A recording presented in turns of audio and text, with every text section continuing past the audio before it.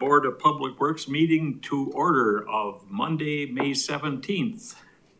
Number 2, approval of minutes of May 3rd. Motion by Mike, Mr. Fire, second by Rosendich. Comments, questions, corrections? All in favor, say aye. Aye. Motion carries. We have no citizens here, so we'll go right to the number 4, construction update, presented by Chris Hawley, Street Superintendent. Chris. Good evening, everybody. As the old saying goes, April showers bring orange barrels and barricades. We had a really good, since the last time we met, we had a really good 2 weeks weather-wise. Sounds like this week is going to be a little hot and humid, which will help us out some of the seeding that we've done. So hopefully some of that seeding will take off really good this week. Just to give you a general roundup of what we've been doing the last 2 weeks. We've completed the crack filling for this spring, and then we'll pick that back up this fall, weather permitting. Tonight, we'll be talking about the asphalt rejuvenator project and get that on schedule. And crack filling, I talked with the company that does our concrete crack filling, and they're getting our estimate to us later this week or earlier this week, and along with our chip sealing contract. Notable things that got done since we last met: Arlington, ditching, tiling, and black dirt and seeding are completed, and the pulverizer is actually scheduled for June 1st, about 2 weeks out. And then the asphalt will be shortly after that, along with Larch. That is also ditched, tiled, black dirted, and seeded, and the pulverizer is scheduled for June 1st on that also. Adams, it says on our memo here that's scheduled to start today. We did start today and got a really good start on it. And we actually got about half of the east side of the length of the project done today. So things are moving right along with the ditching and tiling and mill and replace crew. All of our 2020 mill and place projects are all touched up now. We still receive a few miscellaneous calls that we meet with the landowner and help them out. But in general, everything is all reseeded and topsoiled. Concrete asphalt project. Adams' concrete work is completed, and it is scheduled for May 24th, the week of May 24th, to get asphalt. American Asphalt is actually in this week, and if they can fit it in their schedule, we'll get that road opened up also later this week, hopefully.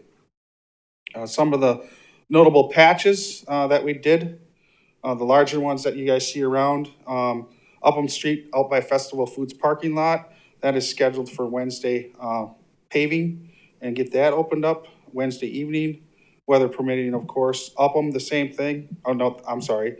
It's the 700 block of North Central, where there's quite a bit of traffic lane deviation in there. That is also scheduled for Wednesday, along with 5th Street westbound traffic lane near the Cypress intersection.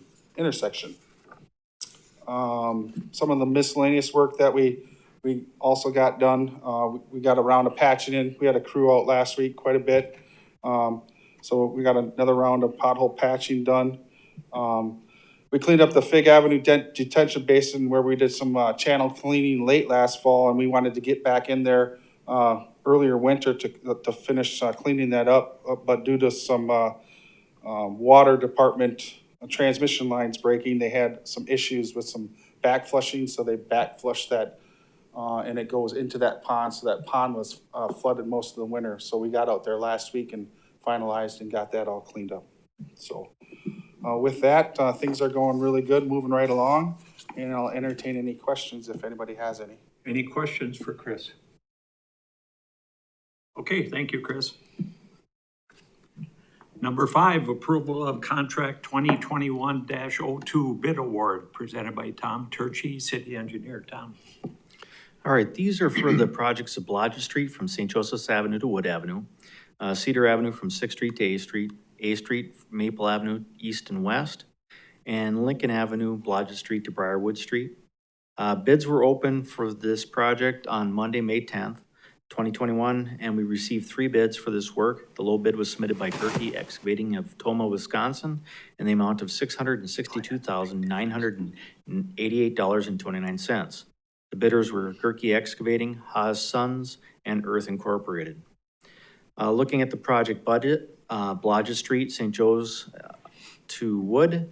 We had a total bid of $454,010.78. The sanitary costs, these are the costs that are getting billed back to the various utilities. The sanitary costs on that project were $53,220.37, and the water costs were $193,827.42, and the asphalt costs are $206,962.99. On the Cedar Avenue project, from 6th to 8th, that project was bid at $48,303.65. Of that, $32,069.62 is going to the sanitary sewer, and the water is picking up the remaining $16,234.03. The East A Street Maple Avenue project was bid at $44,442.33. The sanitary is picking up $24,830.86. And the water utility is picking up $19,611.47. The Lincoln Avenue project Briarwood, was $116,231.52, and this was entirely a sanitary sewer project, so the sanitary sewer will be picking up 100% of the cost for this project. Reviewing the budget, the wastewater utility had budgeted $290,000, which exceeds the bid amount by about $63,600. Marshfield Utilities Water Department funding is funding their specific items at $229,672.92 through water utility fees. The remaining $206,962.99 was planned for and will be funded through the 2021 asphalt street surfacing and mill in place budget. Therefore, I'd recommend that contract 2021-02 street and utility reconstruction be awarded to the low bidder of Gerke Excavation Incorporated of Toma, Wisconsin, in the amount of $662,988.29 and authorize an execution of a contract. I have a motion by Mr. Fisher, second by Mr. Fire. Comments or questions? Mr. Fire. Tom, have we ever had this company before? They have. Must've been a while if they. Okay. No, they have not worked for us before. They worked last year for Wisconsin Rapids. I called the city engineer from Wisconsin Rapids last week, talked to him a while about their work, and they seemed fairly comfortable with them and didn't have any issues with their project, so. Good, it's good to get another contractor, especially if we can get it for less. Anybody else? Go ahead, Dan. Yeah, I do think what we're seeing with the higher prices by some of our regular bidders is that inflation is starting to creep in here a little bit, and that could be a sign of things to come. We're pretty pleased with the number we've got on our low bidder, but it might be just a little bit of a heads up that higher numbers could be around the corner. But I think, Mike, you're right. We should be commending you, Tom, to talk to Rapids to get that company. So we're saving a bunch of money this year anyway. So good job. Okay, vote. All in favor, say aye. Right. What? I'd rather take and thank my team because it takes the whole team to get these projects the way well, they when are, I say so, that, that's okay. what I mean. All right. Okay, all in favor, say aye. Aye. Opposed, motion carries. Number 6, approval of agreement for asphalt rejuvenating surface treatments for 2021, presented by Dan Connect, Director of Public Works. Dan. Thank you. I'm sure you all recall our traditional asphalt maintenance practice of the chip seals, which puts an oil treatment down and then the stone over the top. And we've used a variety of stone on these types of maintenance practices in the past. And that typically is applied 5 to 7 years out after the asphalt pavement is placed. And then we would follow up in another 5 or 7 to 10 years with another chip seal. And we've been doing that for a long time. But what happens in that situation is the pavement undergoes some aging before it gets that first maintenance treatment. And there are some more proactive treatments that staff has learned about recently, and we'd like to try some of that. And That approach is to apply a rejuvenator early in the life of the pavement, as early as the first year after it's being paved, after it's been paved. And those rejuvenators are designed to penetrate into the asphalt, strengthen the surface, resist the effects of exposure to sun and the UV rays and freeze thaw and so forth. And they can even reverse the effects of aging to some degree. Well, what we've learned is the best candidates for rejuvenators are pavements that are really in good condition yet. You want to get at them before they're too far gone. And as I mentioned, it's a proactive treatment that is typically applied before the pavement undergoes much in the way of deterioration. So essentially, you're trying to extend the life on the front end of the pavement versus waiting till it starts deteriorating and then extend the life as it ages. And you'll recall from March that we had a representative of this product here presenting to the Board of Public Works with the benefits of that approach. So last year, we did use this Reclamite rejuvenator on about 60,000 square yards of one-year-old asphalt. And we believe it's been a cost-effective method. You can actually see the difference in a rain event with the water and how it beads up on the surface and sheds, dries off quicker. And then if you recall some of the photos that the industry rep showed you back in March on how it weathers much better. As far as cost of this treatment, the volume that we're doing this year, we're getting at about 95 cents a square yard. Our traditional chip seal, when we bid a larger amount of that, it was in the $2.35 to $2.65 a square yard, depending on what you used for the cover aggregate. So it's under a half to maybe a third of the cost of the chip seal, and it will extend the life of the pavement on the front end, as I said. Eventually, you would still get into your chip seal process, but it would be a little further down the road. And I think we could go up to 2 different treatments of the Reclamite, which we would like to do on some of these streets and kind of get a longer history of our experience with it. So I did include in the agenda packet the list of streets that we're planning to cover with this rejuvenator. It's all of the streets we paved last year, as well as a few from 2018 that we were not able to get to last year. And we found a few stragglers from 2015 that hadn't been touched yet. And that's probably on the outside edge of how soon you want to put this material on, but we'd like to try it and see how things work on those few streets that were 2015 holdovers. As I mentioned, at 95 cents a square yard, the total cost of this application is $160,578. And I did include the proposal from Corrective Asphalt Materials in the agenda packet. So the recommended action is to approve the proposal from Corrective Asphalt Materials for application of the Reclamite asphalt rejuvenator and authorize execution of a purchase order. Motion. Mr. Rosendich, second by Mr. Fire. Questions? Mr. Fisher.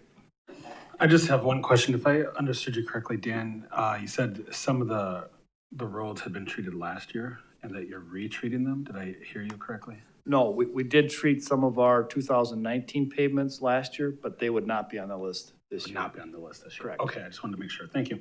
Anybody else? Okay, all in favor of the motion, say aye. Aye. Those against, motion carries. Number 7, update on street division site presented by Dan Connect, Director of Public Works. Dan. Thank you. Yeah, we've talked about this for a while, saying I was going to bring an update to you, so I finally got a chance to put something together. So you'll recall that back in 2020, we went through a space needs and site planning assessment for the street division site, and we had Norman Barrientos from Barrientos Design and Consulting working on that for us.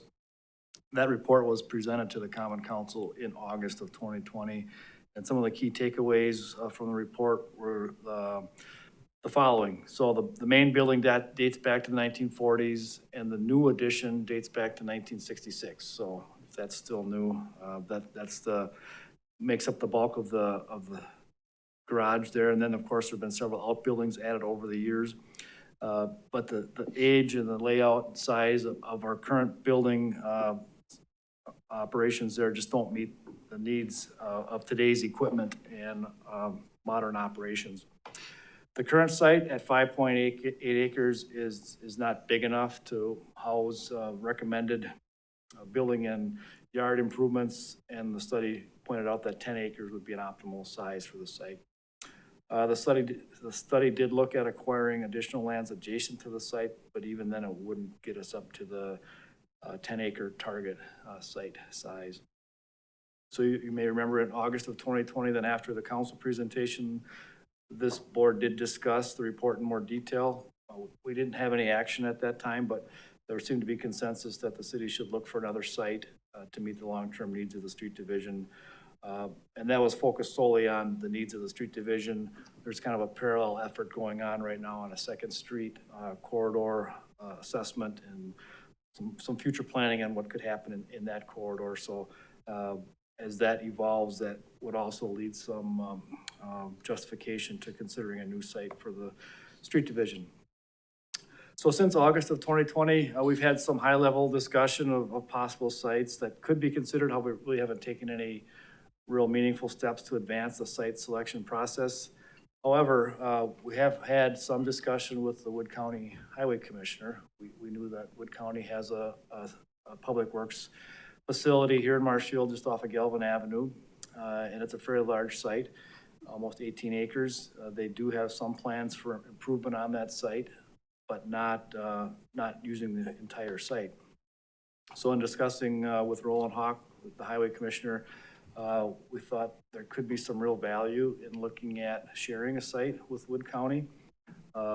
Not only just sharing a site, but sharing other resources. For instance, we both have need for fueling stations. Could there be a shared fueling station that charges each other accordingly? We both have salt storage and other material stockpiles. Could there be a way to share facilities like that, and then have proper accounting so each entity pays for their share?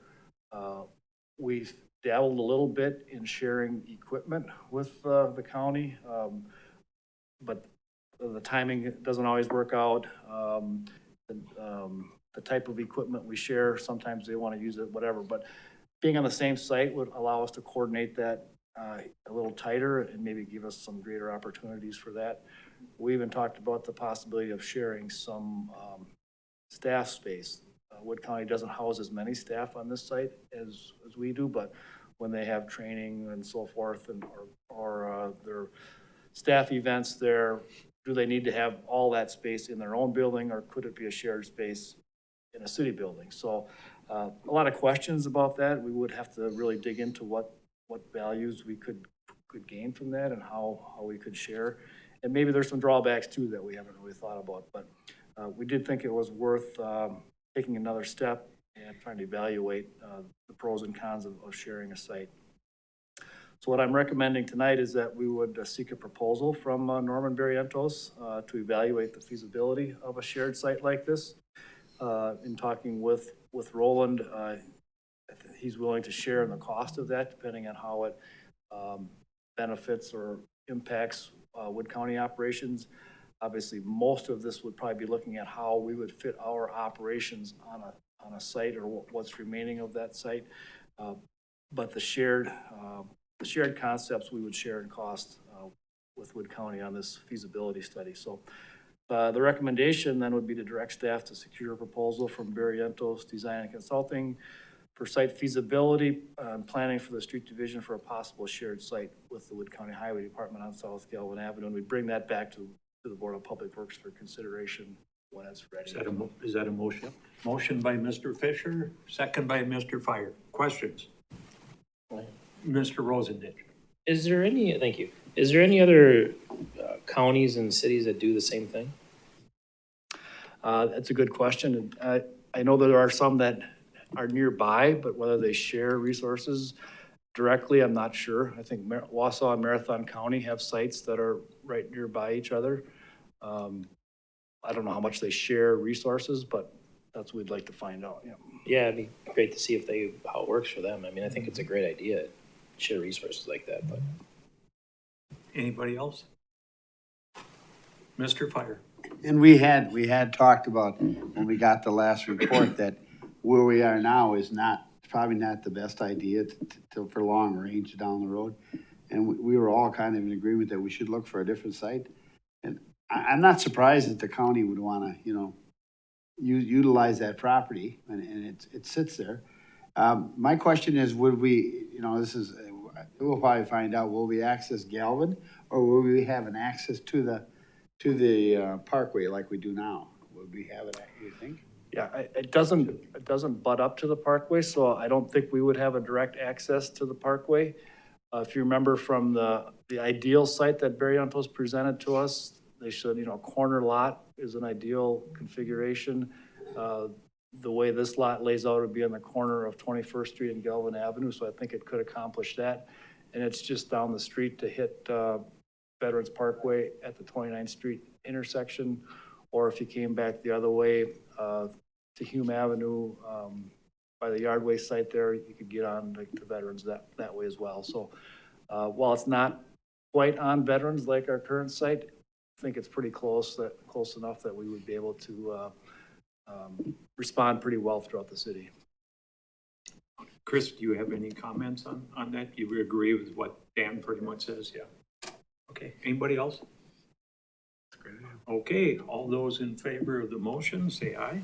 Aye. Opposed? Motion carries. Number 8, consideration of date and time for first Board of Public Works meeting in June, presented by Dan Connect, Director of Public Works. Dan? And we have one of those situations coming up in June where the first of the month is only 7 days ahead of the second Tuesday, which means that our Board of Public Works meeting would then be pushed ahead one day to the last day of May. Well, that falls on a holiday. So when that's happened in the past, we've held our Board of Public Works meeting on a Tuesday then. And so that'd be Tuesday, June 1st, and we would hold it at 6 o'clock or immediately following the Finance Committee. I think your agenda packet might suggest a 5:30 start, but Finance Committee will be meeting at 5 o'clock in this very room. Some years we've tried to run the meetings concurrently. And we thought it would just be better to have Finance first and then jump right into the board meeting. So I'd recommend your approval to change the meeting time for our first Board of Public Works meeting of June to Tuesday, June 1st at 6 p.m. or immediately after the Finance Committee meeting. Motion? Mr. Rosendich, second. Mr. Fisher, any comments? Go ahead, Mr. Rosendich. Is there gonna be enough agenda items where we wouldn't maybe have to do it at all, or, after a We can look holiday, at that. so? Yeah, that's a good question. At this point, I don't know that I have anything pressing, so I mean, cause at that point we could, but you would cancel that at we would. that Yep, point. if we get closer, the Friday before the holiday weekend, it would cancel if that's what it came to. Okay, Okay, thank you. okay, anybody else? All in favor, say aye. Opposed, motion carries. Number 9, adjourn to closed session under Wisconsin statutes 19.851E, deliberating or negotiating the purchasing of public properties, investing of public funds, or conducting other specified public business whenever competitive or bargaining reasons are involved. And this item will be about Marshfield Clinic Health System airspace lease. Motion to go to closed session. Mr. Rosendich, second by Mr. Fisher. Roll call. Fisher, Yes. Fire, Rosendich, Yes. and Butke. Yes. All right, we are in closed session.